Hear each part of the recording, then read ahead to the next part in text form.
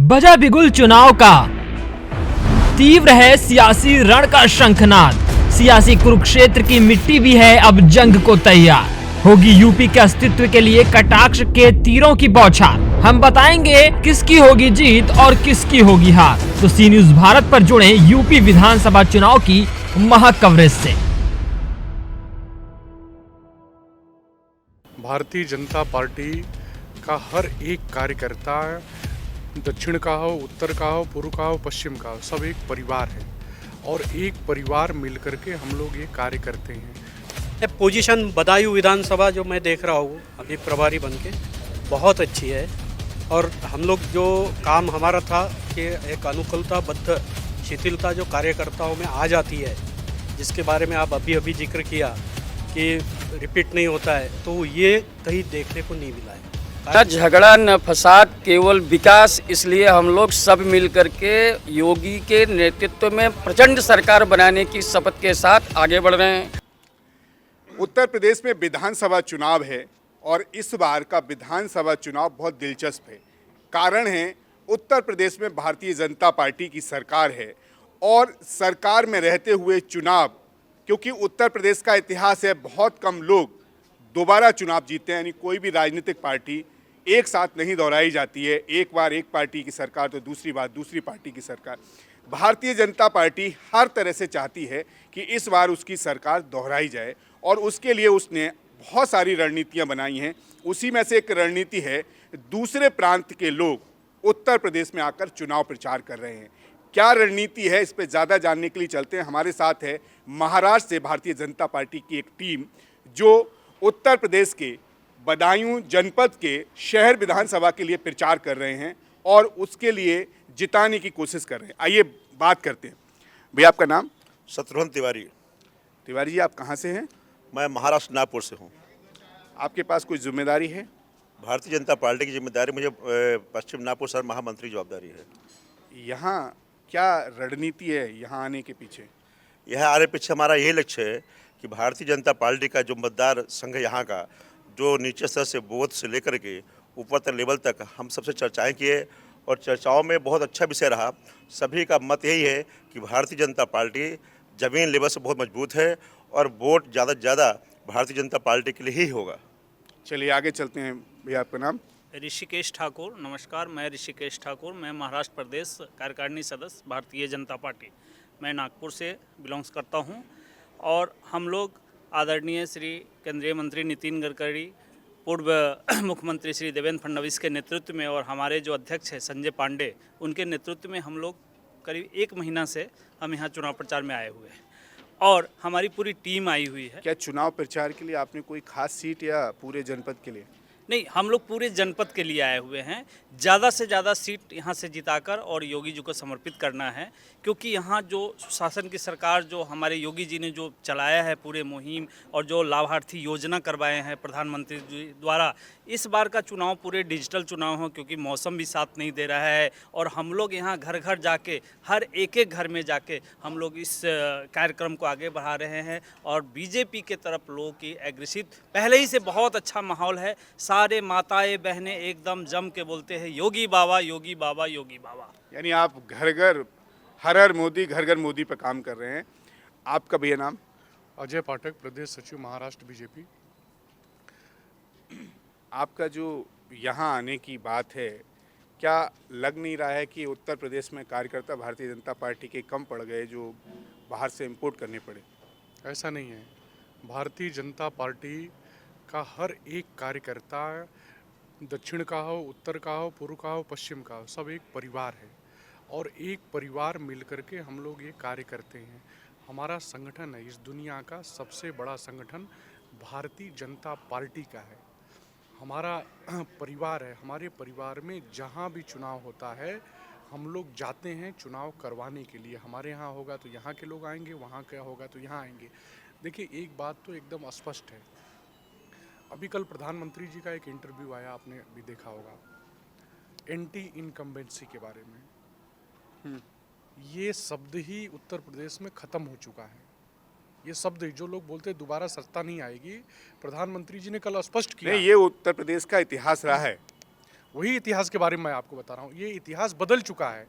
2017 में योगी जी की सरकार बनी, 2019 में मोदी जी की सरकार बनी, 2014 में मोदी जी की सरकार बनी, और इसी उत्तर प्रदेश ने 2014 से 2017 तक योगी जी को और मोदी जी को स्पेशल ये मैंडेट दिया।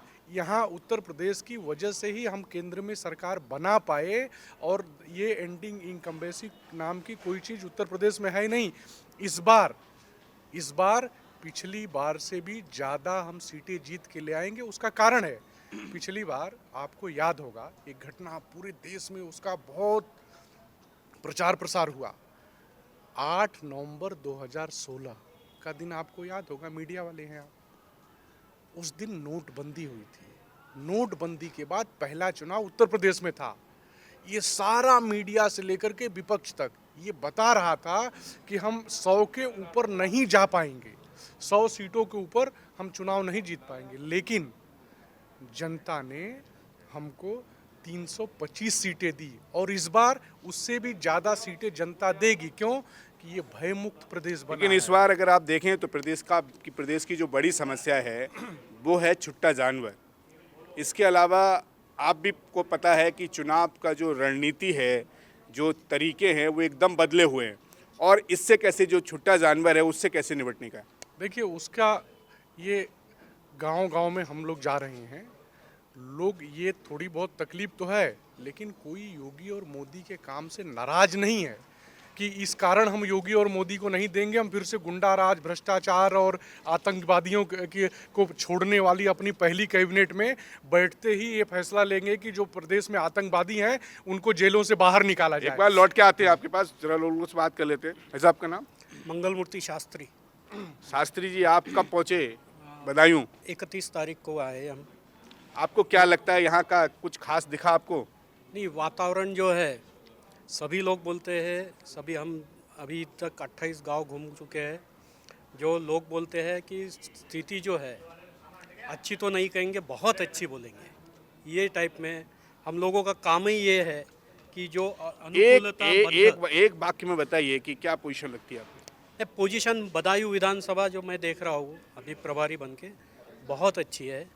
और हम लोग जो काम हमारा था कि एक अनुकूलताबद्ध शिथिलता जो कार्यकर्ताओं में आ जाती है, जिसके बारे में आप अभी जिक्र किया कि रिपीट नहीं होता है, तो ये कहीं देखने को नहीं मिला है। चलिए आगे चलते हैं। भैया, आपका सुनना? मैं लालचंद मिश्रा नागपुर से हूँ।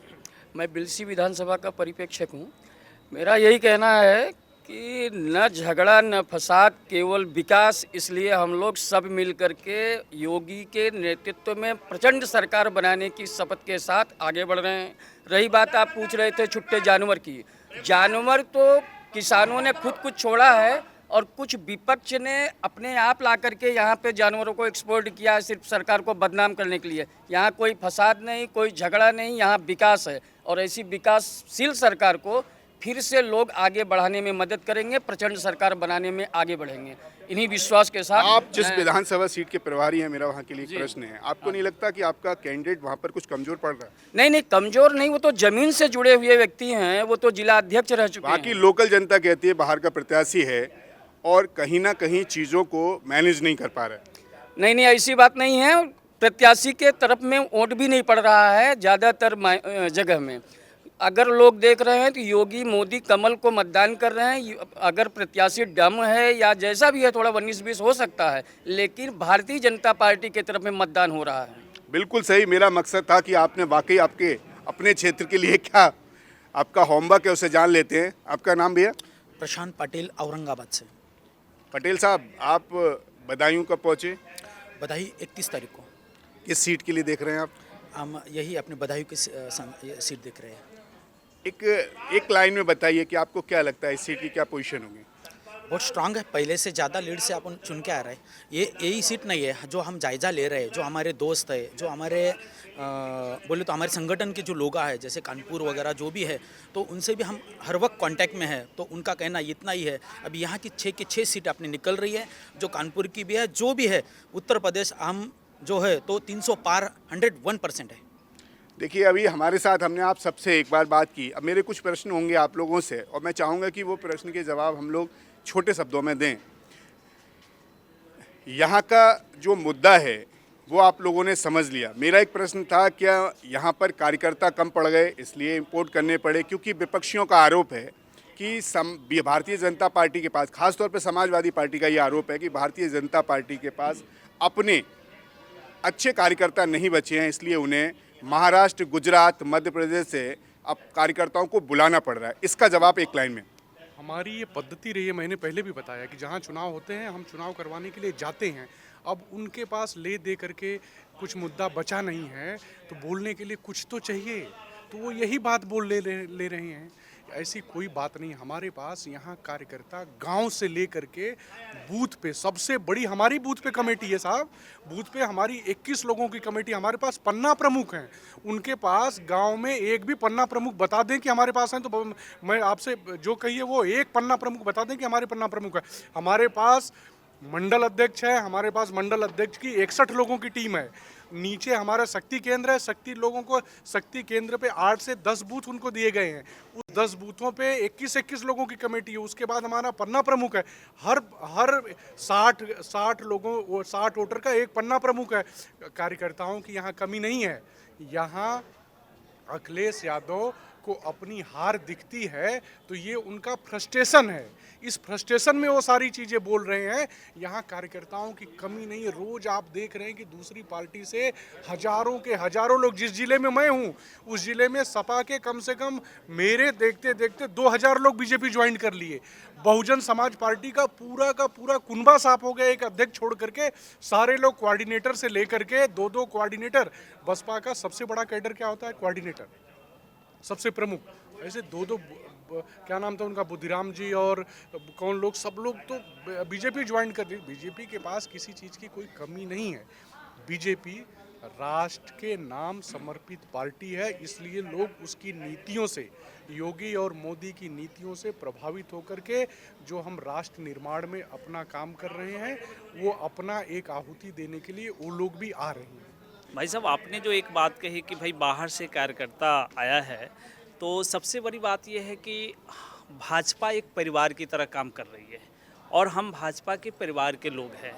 तो आप देखते होंगे कि अगर शादी ब्याह किसी के घर में होता है, जनेऊ होता है, तो क्या होता है, सब रिश्तेदार आते हैं, सभी लोग काम एकजुट होकर बाराती का स्वागत या कोई भी का जो। तो हमारी एक भाजपा सरकार है और भाजपा परिवार है। इस परिवार में हम लोग एक लोकतांत्रिक जो ये समय है उसमें एक महापर्व है। ये इलेक्शन जो होता है, जो चुनाव होता है, ये महापर्व है और इस महापर्व में हम लोग आए हैं मोदी जी और योगी जी का साथ देने।